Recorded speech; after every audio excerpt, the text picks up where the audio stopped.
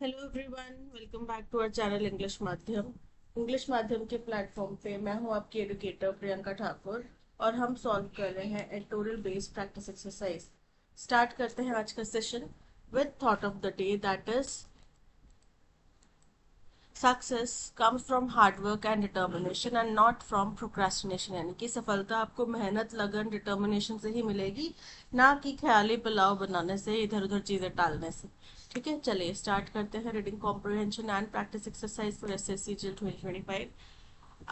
After months of considerable forbearance, बोल रहे हैं कई महीनों की पेशेंस। कंसिडरेबल मतलब काफी अच्छी मात्रा में, काफी बड़ी मात्रा में। फॉरबेयरेंस मतलब पेशेंस रखना या सहानुभूति रखना, है ना।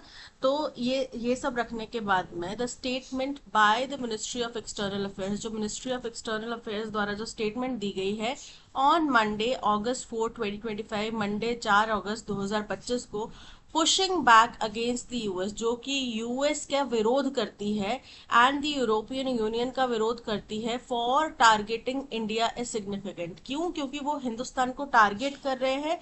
ये बहुत ही महत्वपूर्ण है। The statement came 2 hours after Mr. Trump had announced penalty tariffs against India. अब ये जो स्टेटमेंट आई है जब मिस्टर ट्रंप ने हिंदुस्तान के अगेंस्ट में पेनल्टी टैरिफ्स घोषित करे, उसके 2 घंटे बाद आई है। Substantially above the current 25% rate set to go into place this week.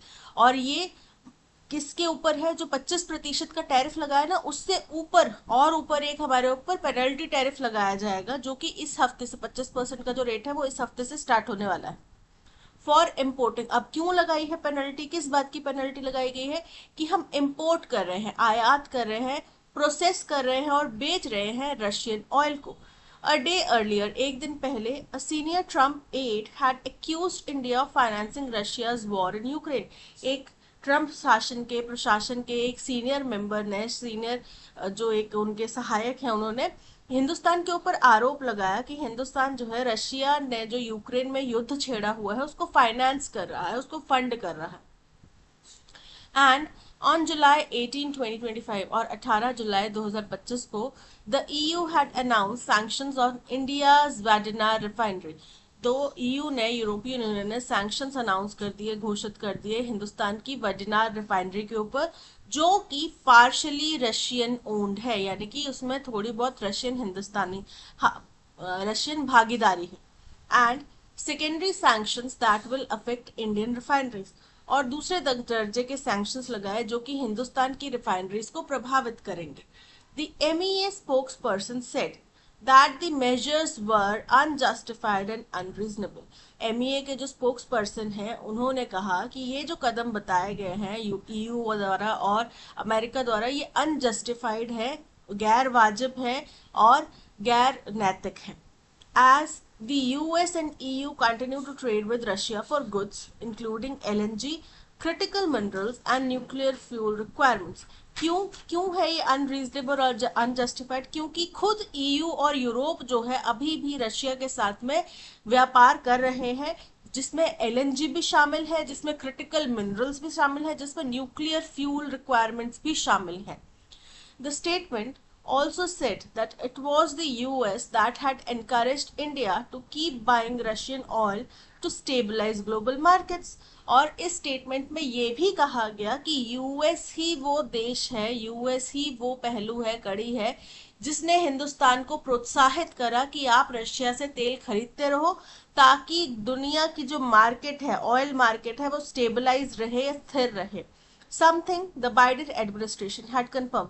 और ये जो स्टेटमेंट है, इसको बाइडेन शासन की जो सरकार थी, बाइडेन सरकार के जो लोग थे, उन्होंने कंफर्म किया है कि हाँ, ऐसा ही हुआ था। The government said that in comparison to the western countries, तो सरकार ने कहा है कि वेस्टर्न कंट्रीज के कंपैरिजन में India's Russian oil purchases are a vital national compulsion. Hindustan जो रशियन ऑयल खरीदता है वो एक बहुत ही महत्वपूर्ण देश की जरूरत है, as a result of conflict in Ukraine, क्योंकि यूक्रेन में कन्फ्लिक्ट चल रहा है। एडिंग दैट, और आगे वो कहते हैं कि India would safeguard it's national interest and economic security, कि हिंदुस्तान जरूर करेगा, अपने देश के हितों को सुरक्षित करेगा, उनकी आर्थिक जो सुरक्षा है उसकी तरफ ध्यान देगा। The MEA statement is the first such clear response on the issue since the Ukraine conflict. तो मिनिस्ट्री ऑफ एक्सटर्नल अफेयर का जो ये स्टेटमेंट आया है, ये पहला, जब से यूक्रेन कन्फ्लिक्ट स्टार्ट हुआ है तब से इस तरीके का पहला कोई स्टेटमेंट है.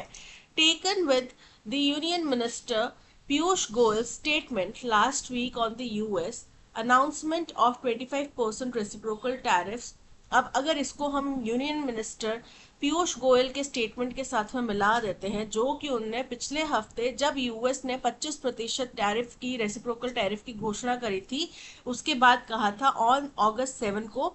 मंडे स्टेटमेंट, तो मंडे के स्टेटमेंट जो है indicates new Delhi's growing frustration with the US increasingly offensive position against India बोल रहे हैं.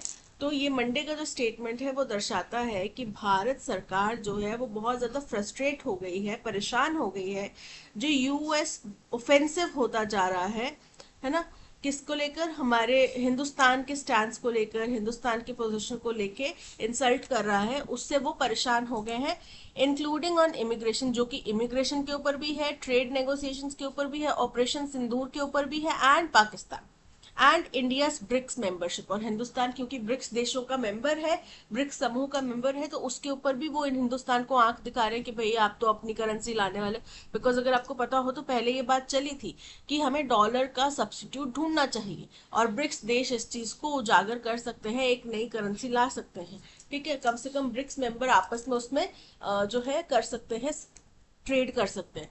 तो इसलिए वो ब्रिक्स को भी अपना दुश्मन मानते हैं डोनाल्ड ट्रंप जो है. तो वो हिंदुस्तान क्योंकि उसका पार्ट है तो उसके लिए भी हिंदुस्तान को क्रिटिसाइज कर रहे हैं. It is unclear how and to what extent the government is prepared to stand up to the bullying tactics of Mr. Trump. बोल रहे हैं अभी ये बात स्पष्ट नहीं है कि कितना और कितनी हद तक का, कैसे और कितनी हद तक हमारी सरकार तैयार है अगर जो हमें ये जो मिस्टर ट्रम्प की, डोनाल्ड ट्रम्प की जो बुली करने वाली, बुली क्या होता है, दूसरे को प्रताड़ित करना, अपने से कमजोर को दबाना, उसको प्रताड़ित करने की जो टैक्टिक्स है, इनके अगेंस्ट में खड़े होने के लिए हिंदुस्तान की सरकार कैसे और कितनी तैयार है, इस चीज की तो स्पष्टीकरण नहीं है. Mr Trump said on Tuesday, इन्होंने ट्यूसडे को क्या कहा, that India has not been a good trading partner, कि हिंदुस्तान जो है अच्छा ट्रेडिंग पार्टनर नहीं रहा है. A possible reference to trade talks and the failure of a mini deal, जो कि संभवतः उनने जो हमारे बीच में, हिंदुस्तान और उनके बीच में जो ट्रेड टॉक्स चल रही थी उनको लेके कहा गया हो सकता है, और जो एक मिनी डील जो है फेल हुई है उसके बारे में कहा गया हो सकता है. ostensibly over India's resistance on agriculture market access, dairy products and GM foods, और खास तौर पे जो हिंदुस्तान ने विरोध जताया है, रेजिस्ट किया है, रोका है एग्रीकल्चर मार्केट का एक्सेस देने से अमेरिका को, डेयरी प्रोडक्ट्स का एक्सेस देने से और जीएम फूड्स का एक्सेस देने से. ठीक है, तो उस वजह से हो सकता है कि ट्रंप ये कह रहे हैं. While it is hoped that New Delhi will continue to engage Washington and Brussels to conclude their respective trade talks, बोल रहे हैं हालांकि ये उम्मीद जताई जा रही है कि भारत सरकार जो है वो वॉशिंगटन के साथ में और ब्रसल्स के साथ में, ब्रसल्स क्या है, ब्रसल्स है बेल्जियम की राजधानी, बेल्जियम एक और अच्छा सहयोगी देश है, तो बोले इन दोनों के साथ में अपनी जो रिस्पेक्टिव ट्रेड टॉक्स उनको कंक्लूड करेंगे, उनको अंतिम चरण तक पहुंचाएंगे, आगे कंटिन्यू रखेंगे. The MEA statement is meant to make a larger point, लेकिन जो MEA की स्टेटमेंट आई है वो एक बहुत बड़ा पॉइंट बनाती है. Neither the US nor the EU can decide which country India will partner or trade with. अब जाहिर सी बात है, कोई भी बाहर का देश आके तो हमें ये नहीं बता सकता कि आप किसके साथ में दोस्ती रखो, किसके साथ में बिजनेस करो. तो वही चीज ये कही जा रही है कि ना ही यूएस ना ही यूरोपियन यूनियन हमारे लिए डिसाइड कर सकती है कि कौन से देश के साथ में हिंदुस्तान को कैसी पार्टनरशिप करनी चाहिए या कैसा ट्रेड करना चाहिए. That message is being underlined in visits by Security Advisor Ajit Doval and External Affairs Minister S. Jaishankar to Moscow. और बोल रहे हैं यही चीज हाईलाइट होती है जब हमारे सिक्योरिटी एडवाइजर अजीत डोवाल और external affairs minister S Jaishankar Moscow जाते हैं. मॉस्को रशिया की राजधानी. टू प्रिपेयर, क्यों जा रहे हैं, to prepare for Russian president's visit to India later this year, क्योंकि इसी साल में, बाद के समय में, रशियन प्रेसिडेंट जो व्लादिमीर पुतिन है वो हिंदुस्तान यात्रा पर आने वाले हैं, तो उसकी तैयारी करने के लिए वहां पे गए हैं दोनों. India sovereignty is non negotiable, Hindustan की संप्रभुता जो है वो कोई ऐसा पहलू नहीं है जिसके ऊपर किसी भी तरीके की नेगोशिएशंस हो सकती हैं, नॉन नेगोशिएबल है। ठीक है, इसके ऊपर कोई बातचीत नहीं होगी, इसके ऊपर हम किसी तरीके का समझौता नहीं करेंगे। And it's foreign policy choices can not be manipulated by other countries, और हमारी जो फॉरेन पॉलिसी है, फॉरेन डिप्लोमेसी है, वो किसी दूसरे देश के द्वारा प्रभावित भी नहीं की जा सकती और ना ही की जाएगी।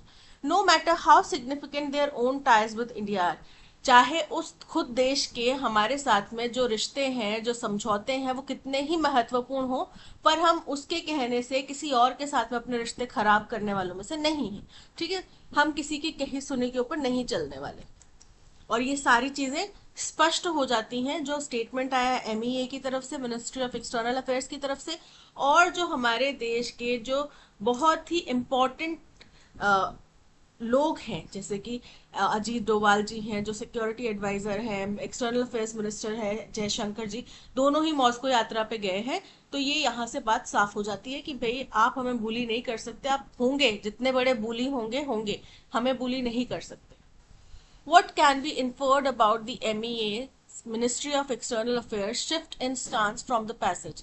बोल रहे हैं एमईए का क्या बदलाव आया है स्टांस में, जो ओपिनियन में, व्यूज में जो बदलाव आया है, उसके बारे में हम क्या कह सकते हैं पैसेज से। देखो, बदलाव इसलिए आया है क्योंकि बुलिंग टैक्टिक्स को तो हम एक्सेप्ट करने नहीं वाले।